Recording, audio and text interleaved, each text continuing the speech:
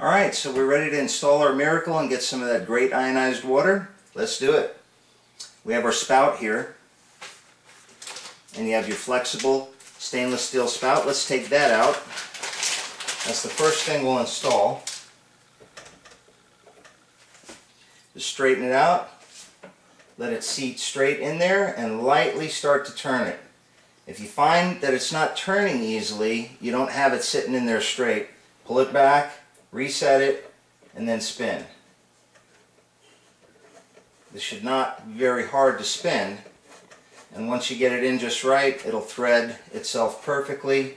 There's a rubber gasket all the way at the end of the threads, so we want to thread it in all the way until that rubber gasket seats.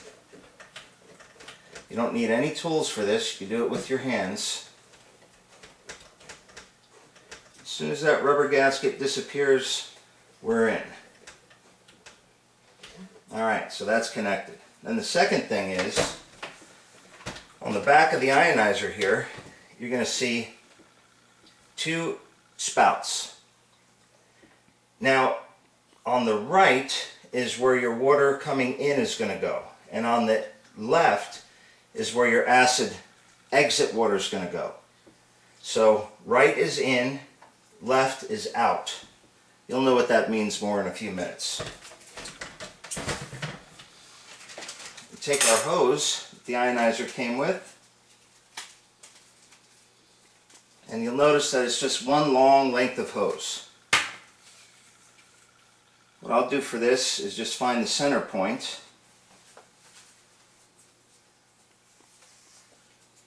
and we'll cut the hose right at its halfway mark.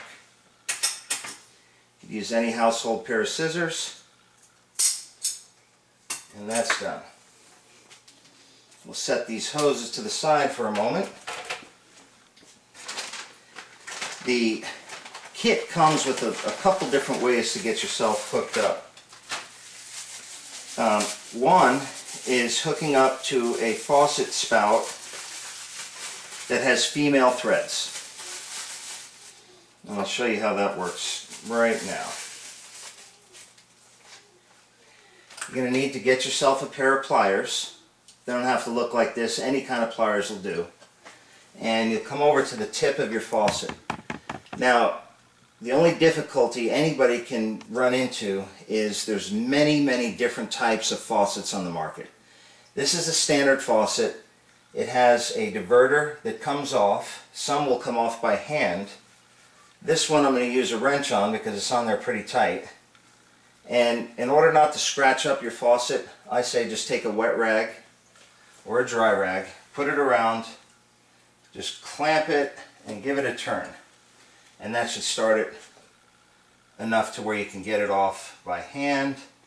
And of course this one wants to be difficult, so we'll do it again.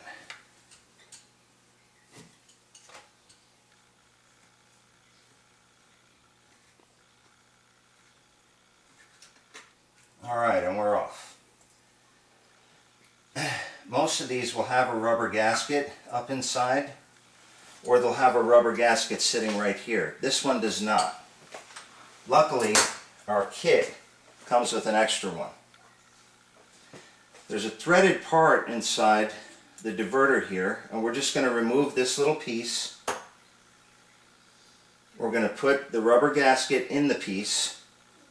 This step is very important. If you miss this step, you're going to have water squirting out all over the place.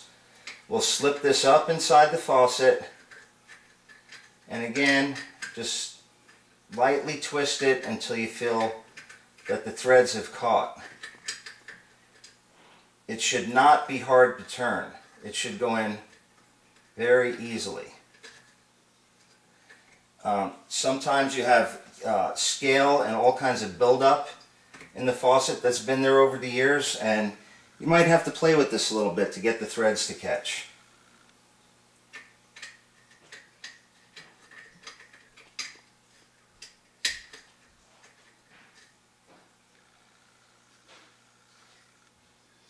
Alright, now that's in. Then we'll take our diverter, which also has a clear gasket on the inside. We'll take our diverter and screw it onto the tip of the faucet.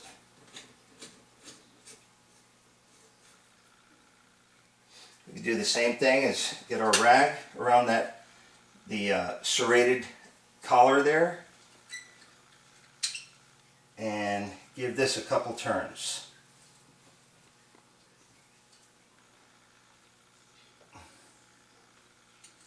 You don't have to go really tight. Just turn it to where it's just real snug, okay? And then you'll see that this piece will still be able to spin. That takes care of your water supply. Keep this in a safe place in case you ever move. You could put this back and you could take your diverter with you. Now, all we need to do is take one hose and push it onto the back. It's called a barb. This nipple in the back of the diverter here, just take your hose and push it all the way on.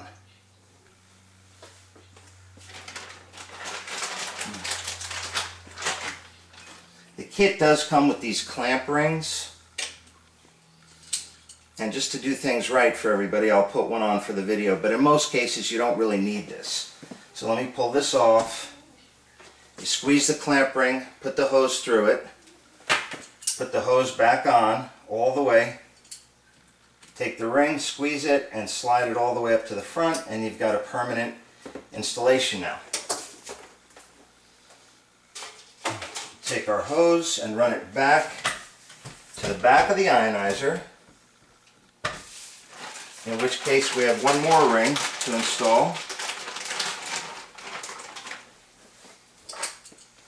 Take the ring, clamp it open again, slip it over the end of our hose, put it on the right side inlet,